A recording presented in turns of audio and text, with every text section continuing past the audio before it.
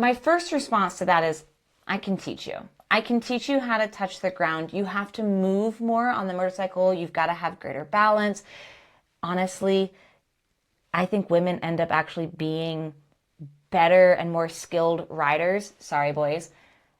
Better and skilled riders than most men simply because they do have to learn those balance techniques.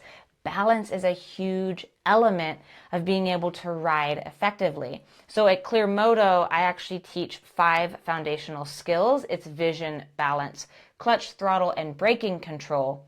Vision and balance are a married couple. And so they are at the absolute top of that pyramid. They are so, so important. So if you feel like, I just can't, all these bikes are so tall, I don't know how to do it, there are techniques.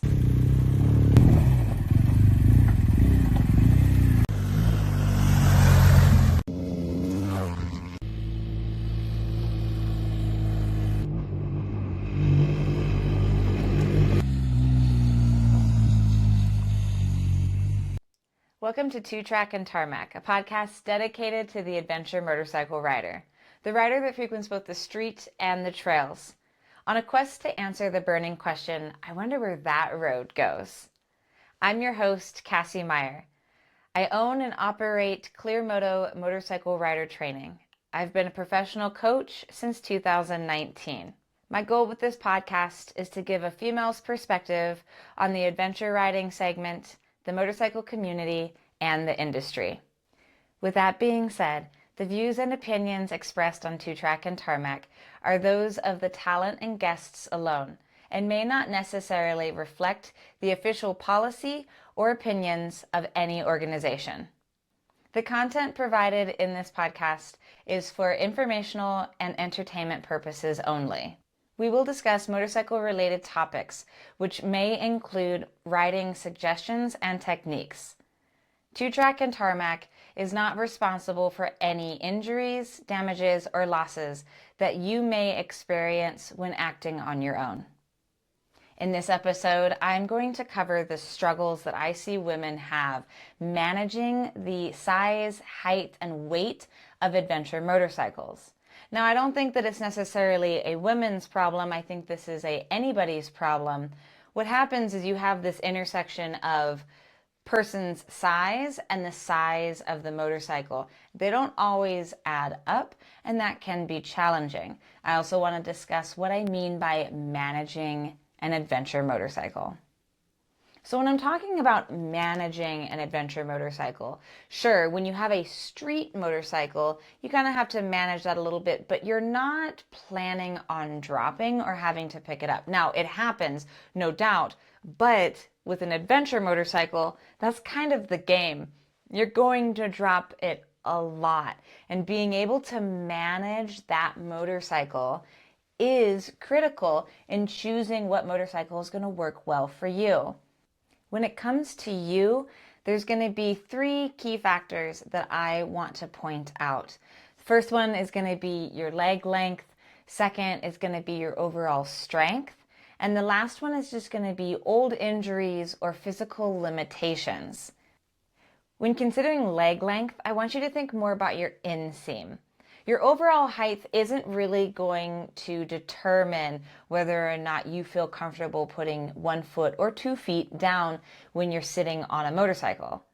That inseam is the part that you really need to pay attention to. For example, I stand at 5 feet 4 inches. My inseam is 28 inches. My motorcycle's seat height is 32 inches, which means that I never get to put both feet down. That is something that I have learned how to do, and I feel very comfortable managing. Now, in your case, you might not feel that same kind of comfort. You might want to have more of your foot on the ground, or you want to have both feet on the ground. In that case, you're going to look for a motorcycle that has a seat height that matches your inseam. Now, the other part about that is you want to make sure that you have a seat that is either going to be narrower or wider. The wider the seat is, the more of your inseam it is going to take up. The narrower the seat is, the less of your inseam it is going to take up. So if you think about standing kind of in a sumo squat, when you try to spread your legs further apart, your butt ends up getting closer and closer to the ground. That's like sitting on that wide seat, meaning you need to have a lower seat height if you're going to have a wide seat. The narrower the seat is, the taller that seat height can become when your legs feel straight, and it still might give you that flat-footedness that you're looking for. So you're going to have to make a decision about that leg length and figuring out what you want for that seat height. Ultimately, being able to put your foot down or both feet down is going to give you some extra stability in preventing the motorcycle from tipping over. So the greater that ratio is between your inseam to the seat height, the greater the chances of you having a tip over, especially off-road where the terrain changes all the time. And when you go reaching and there's an extra inch away from the bottom of your foot and you need to reach for it, that can put you in that point of no return when that motorcycle starts to tip over. Now again, managing the motorcycle, sure, leg length, making sure you don't tip it over, but when you do tip it over, you're gonna have to be able to lift it up, which is gonna lead me into the strength portion of how you and your body needs to manage adventure riding. The strength portion of managing your adventure motorcycle, I think, comes in two parts. So one part is the actual riding portion. So it should almost be effortless to be able to maneuver your motorcycle. However, when you are brand new, you're gonna need to build up that strength, that muscle memory. But also, when you ride stuff that's really hard, more challenging terrain, you are going to be working. You're going to be balancing more. You're going to be moving those handlebars around more. You're going to be physically exerting yourself on a more challenging terrain. So you have to have the strength for that. So the second portion of the strength element is picking up the motorcycle once it's fallen over. So for me, I have a little test, and that is I have to be able to pick up my motorcycle by myself. Now, in certain situations, I'm going to ask for help, but on relatively flat ground, just kind of as a baseline, I have to be able to pick up that motorcycle by myself. So a perfect example for strength and managing your adventure motorcycle and the motorcycle that you're going to pick for yourself. I had a Desert X, a Ducati Desert X at one point, as well as an R1250 GS. I loved my Ducati Desert X. It rode beautifully. It looked gorgeous. I just loved it until it fell over. So when it fell over, lifting that motorcycle was so challenging for me by myself. My R1250 GS weighs more. It's 550 pounds curb weight. So it weighs more than that because I've got a bunch of stuff on it. The Desert X was 490 pounds. And of course I had things on it as well. So it weighed a little bit more. But generally speaking, we've got 550 pounds here, 490 pounds here. You would think the weight alone, I should be able to, pick up the Ducati with no problem because there's an additional 60 pounds here on the BMW. The problem was, it was a taller motorcycle, so I ran out of leverage because I'm only 5'4", so that is where height comes into play. So I ran out of leverage. The other thing that was hard was that it fell completely flat, and that was really challenging for me to be able to get underneath it, and it held its weight in a funny way in comparison to the BMW. So lifting it was so much more challenging by myself. The GS, because it's got those boxer engines, it doesn't fall totally flat. It's a little bit shorter than the Desert X was. It's just easier for me to pick up the 1250, even though it's 550 pounds, 60 pounds heavier than the Desert X. Ultimately, I had to make a decision about my management of strength. I ended up getting rid of the Desert X solely because I was not able to pick it up by myself enough. I didn't have the strength. I didn't have the body type that was going to allow for that kind of height because the bike was so much taller. So I got rid of it. I made that choice. I could not manage that motorcycle in that element. Everything else was great, but it just didn't pass my test. So I'm now sticking it out with my BMW R1250 GS, which of course I also adore that motorcycle. So strength is really, really important. Getting into the gym is really important. Building that strength. Sure, getting out and riding is where you're really going to build it, but you need to have that base. Lifting your motorcycle is a full body experience. If you lack some strength, you're going to end up having an injury.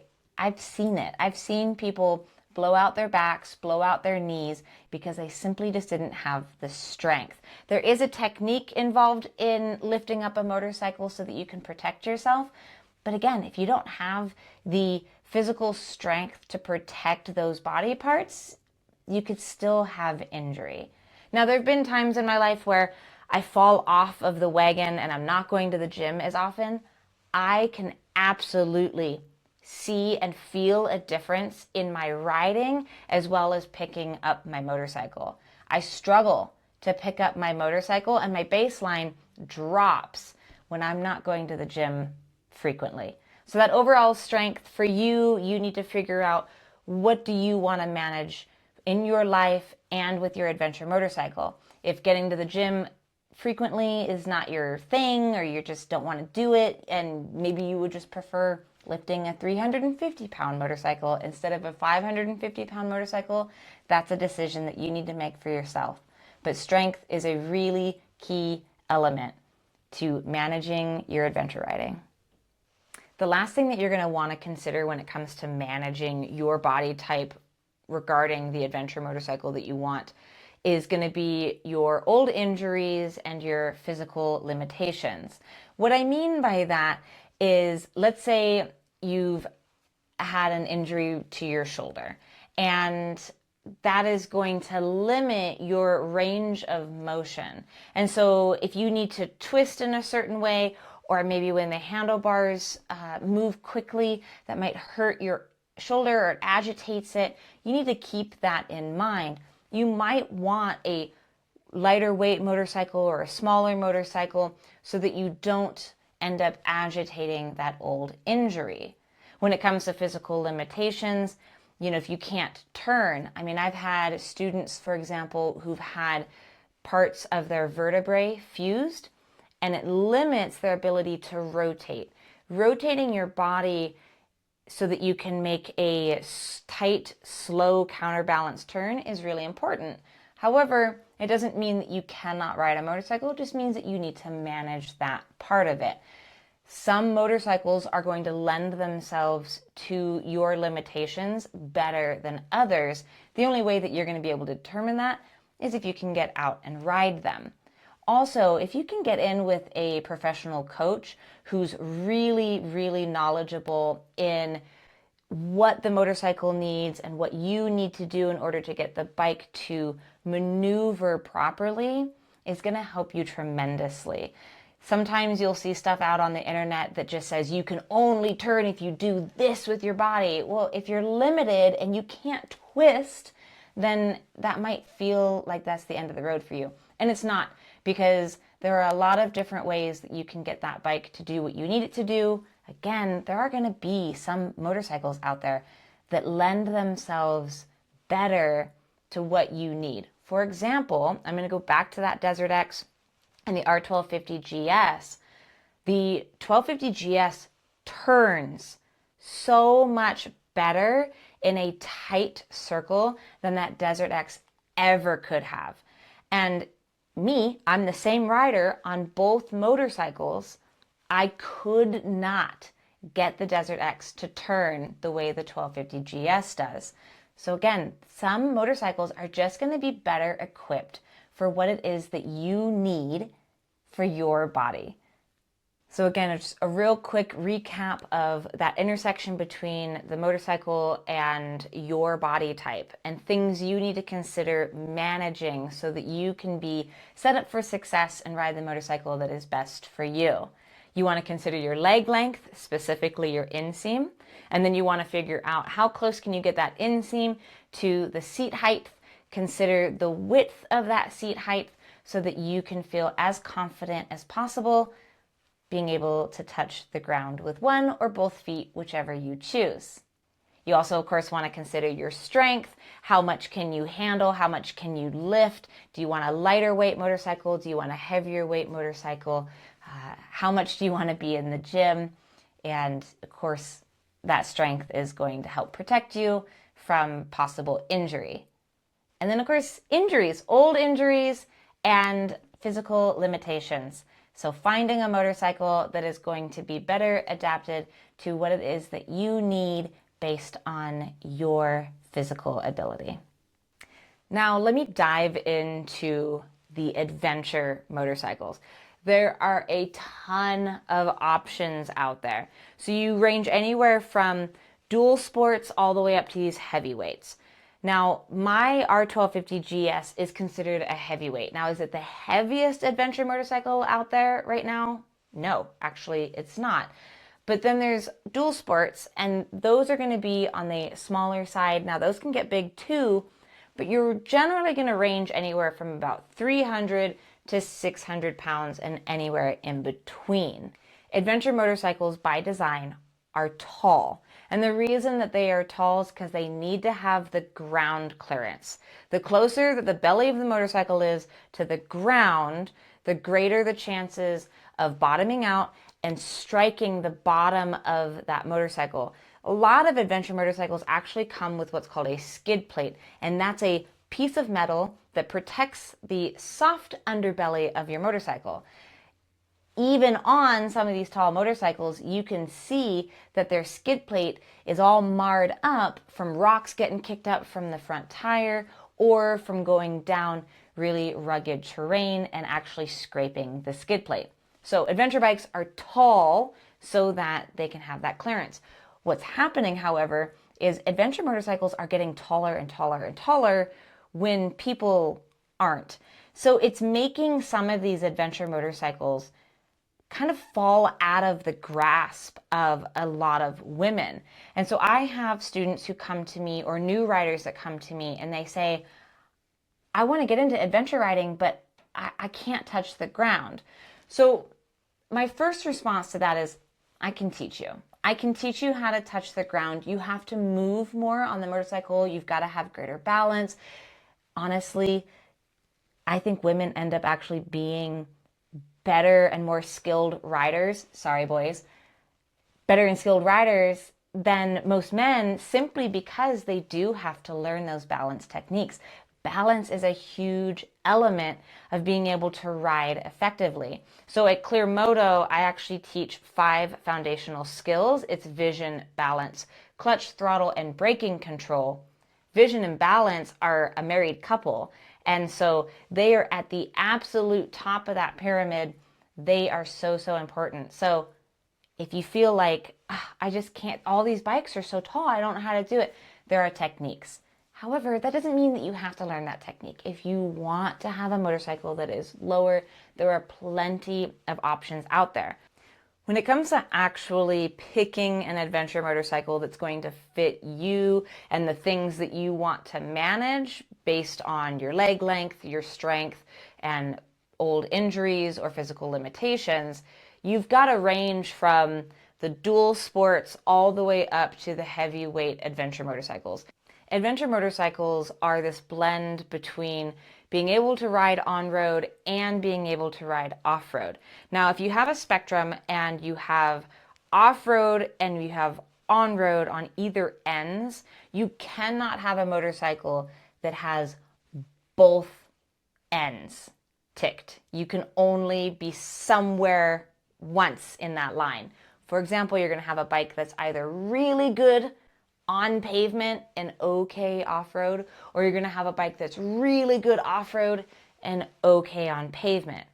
For example, there are some dual sports that are really off-road oriented and they're kind of garbage on pavement. They can make it on pavement and they have lights and they're legal to be on paved roads, but they're not great for it. But they're awesome out in the dirt.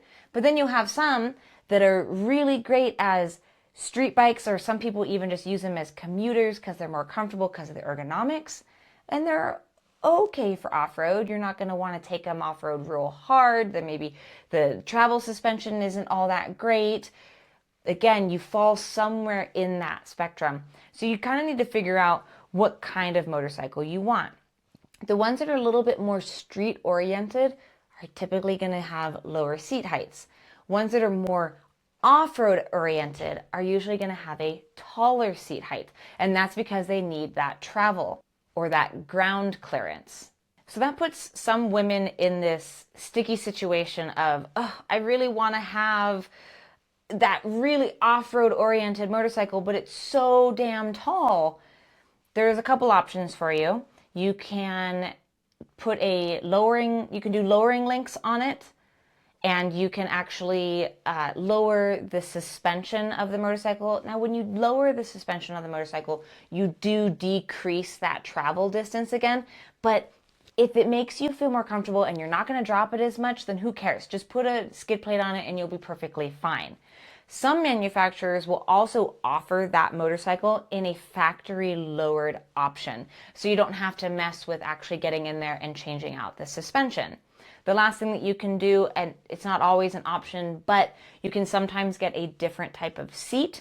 So you can get like a lowered seat, so they usually look a little bit scooped out or dished out, so it just gives you a little bit more.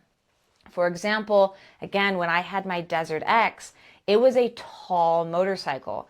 I spent, because it costs me money because it was not a factory option, I spent the money to get a different seat and to have the suspension lowered. It gave me just a little over an inch, but that inch made a huge difference, because for those of you who have experienced it, sometimes when you reach out your foot and you have just an inch more where you have to reach, that puts you into that point of no return, and you tip too far over and you just can't save the motorcycle, and then you end up falling over at a stop because it was just an inch too far. So an inch can make all the difference. So you can figure out kind of where you want to fit on that spectrum, as far as, do you want it to be more on-road oriented, do you want it to be more off-road oriented, and then figuring out what can you do to the motorcycle to make it fit your body type. Now that you have a better understanding of your body type and the things that you're willing to manage, and then adventure motorcycles and picking one that is going to fit you really well, what are you going to do with all of this? I am, of course, going to encourage you to get some training and professional training. Having a really sound coach is going to help you tremendously. So regardless of whether you're the kind of person who wants to start small and just get your toes wet, or you're the kind of person who wants to jump headfirst into something, if you have a solid coach, they are going to meet you where you are, and they're going to give you the solid foundation that is going to help boost your confidence, your proficiency, and your control. That's what Clearmoto does. That's what we work on every single lesson, is helping to increase your confidence, your proficiency, and your control, which of course is going to help you manage some of your body type on the adventure motorcycle that you have chosen for yourself. The key things that you're really going to want to learn in order to manage something like shorter legs on a taller motorcycle is going to be things like balance. Balance is not something that often gets a lot of attention. In my opinion, I think it's tremendously helpful. Again, I have a 28-inch inseam. My seat height is 32 inches, which means I am never flat-footed. So I absolutely have to be balanced on my motorcycle, keep my motorcycle balanced to prevent tip overs. Now, if it's a perfectly beautiful day and I don't have a gust of wind, then that's simple. But when I have that gust of wind and I don't have good balance, boom, over you go. So building that balance is really, really key. And then of course there's techniques that help with managing, again, your body type to the adventure motorcycle that you have chosen for yourself. What is most important is starting where you are. If you're starting at the very, very beginning, then start at the very beginning. You can't skip ahead. And if you're starting in the middle, let's say you already have some motorcycle experience, but you're switching over to adventure, then start where you are. You've got those basics, but now you're switching over to the wibble wobbles of dirt. And of course, if you've been riding dirt, but you're just like, I just don't feel confident on this new motorcycle that I just got for myself. Maybe it's taller, maybe it's bigger. Go get some training with that motorcycle. Get comfortable with that bike as well. Regarding this episode, I would love to hear your experience with maybe where you have run into some problems with your body type compared to the adventure motorcycles that are available to you, or maybe something that you've overcome and you figured out how to crack that nut. I would love to hear your stories. This is, of course, always open to both men and women because I don't think this is only a ladies' problem. I think this is a body type to motorcycle availability problem in the adventure riding segment. So if you're short specifically, I think that we run into a lot of problems because these things are so dang tall. So please throw that down in the comments. I absolutely love hearing from you.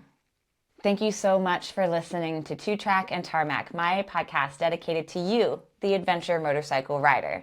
If you are enjoying this podcast, please consider subscribing and sharing it with your friends. If you would like to see more motorcycle content, specifically training, tutorials, and my monthly newsletter, you can subscribe to the Clear Moto Patreon page.